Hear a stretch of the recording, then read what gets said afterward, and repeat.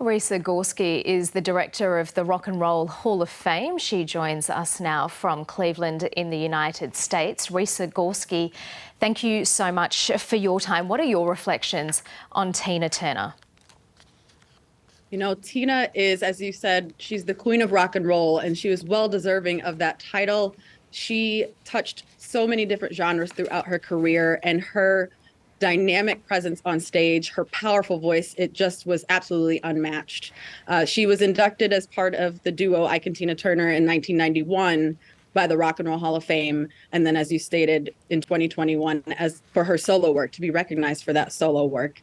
So really just thinking about how she came from those gospel roots that are so crucial to rock and roll to kind of evolve into this rock and soul that we saw on stage and in her albums with Ike in the 60s and 70s, through to this next evolution that was just so powerful to see that transition of her solo work into her solo work in solo years, to kind of have this reemergence through the that work into the 80s was just amazing to see. And the impact is just undeniable. You can see it so everlasting through so much more music of today. And through the 80s and 90s, she really empowered and inspired so many different artists and her, the fans as well. You say there that she covered so many genres, and that's one of the really significant reflections that a lot of people are having this morning. Where do you think she fits into the echelon of the rock world? As you say, inducted not once but twice into your institution. Yes, which is a rare short list, to be clear, that is an honor in and of itself. She knew no boundaries. I think she did what felt right, especially once she was able to really establish her own solo voice and do as she felt was fit. So it really didn't matter about what the label was of the genre. It was about where she really could rock in the verb sense, right? It's not about just a label of rock and roll. It's about that spirit and that attitude and really becoming, her authentic self through that. It really shone through. It really shone through. So there is no label for her. Yeah, she reinvented herself, as you say, in the 1980s, in her 40s, as a Black woman in rock, having left an abusive husband. How remarkable was that?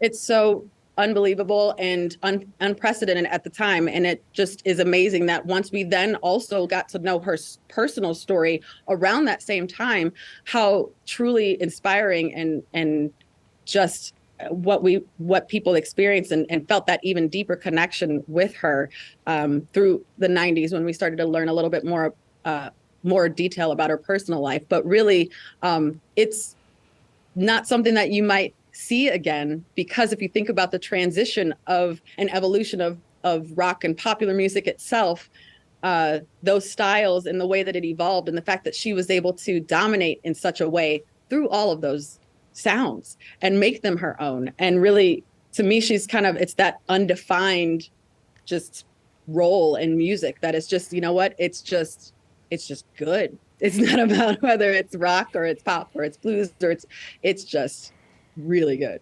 I've always been in awe of her physicality, her long legs, the way she moved, the fact she would perform for hours at such high intensity in high heels. She was phenomenal on stage, wasn't she? She was. So her energy was it was raw talent mixed with an understanding of how to command a stage. And to be able to do all of that she did, those moves that she did, then pile on the phenomenal voice, unwavering voice, that's rare. And she worked so hard at that. She made it feel effortless. And she took the audience along for the ride. And that is absolutely a bar that she set really high and raised for so many future artists to come. Here in Australia, she became iconic when she appeared in an ad for the sporting code, the NRL, and also for her role in the film Mad Max. Yes. She was so popular, wasn't she? Yes, absolutely. I think that just speaks to, again, there's no boundaries, really. She felt what creatively felt right for her and felt authentic to her. And there was no limitation of what that could mean. But again, the fact that she owned it so well and I remember her presence and that just the visible presence, the power behind that role in Mad Max. That was absolutely it's a breakout moment, but it just kind of also was a part of that stars aligning and zeitgeist of that era too. So it was really important for that in popular culture to have that representation there as well. So definitely felt wide across the world. What about her complicated relationship with the United States? She said at times that she felt she was more recognised and more popular overseas, and that led her to move to the UK. Well, I think the industry can be tough for so many as they go through their career, and particularly for women. So, again, to that point of finding her own voice and really kind of no, excuse me, but BS, and find it really just owning what she needed, doing what she needed to do for herself. From the point of when she had to make those tough decisions for herself in her own personal relationship, she then found that same kind of strength, a completely different lane, but finding that strength to do the same thing for what was right for her musical career. So I think it's interesting because you could say that the industry as a whole was, in and of itself, it was really tough around that time for someone like, again, whether it's a Black woman or just women in general, like it's a tough dynamic to navigate. And so I think she made the right call for herself in that moment. The tributes have been coming thick and fast this morning from absolute superstars. So from old rockers like Mick Jagger to more contemporary artists like Alicia Keys. It just goes to show the breadth of the span of her influence on the music industry. Yes, Mick Jagger and so many others of her contemporaries just absolutely adored her and found their own, mutual respect for each other, but also inspiration from her. And then that trickles down into some of the greats we see today, such as Beyonce. And, I have memories of seeing them on stage together, just performing together. That, again, that power is just undeniable, and that impact is felt so wide. So I think there's so many Whitney Houston and Mariah Carey are definitely other influences that those that were influenced by her work, her music, and her presence, for sure. Are there any plans for a special tribute at the Hall of Fame?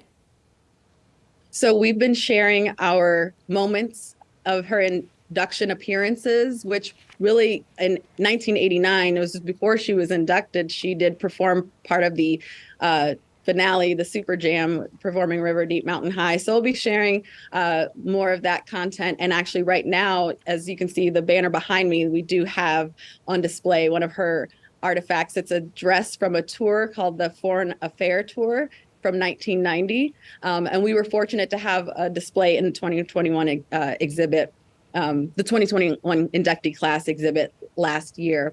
And soon to come, you'll see her honored, in addition to our Hall of Fame gallery, where her signature is forever engraved in our walls. You will then also see an in memoriam section real soon here in Cleveland at the Rock Hall. Okay, beautiful work. Risa Goehrke, the director at the Rock and Roll Hall of Fame, thank you so much for taking the time to share your thoughts with us this morning. Thanks for having me.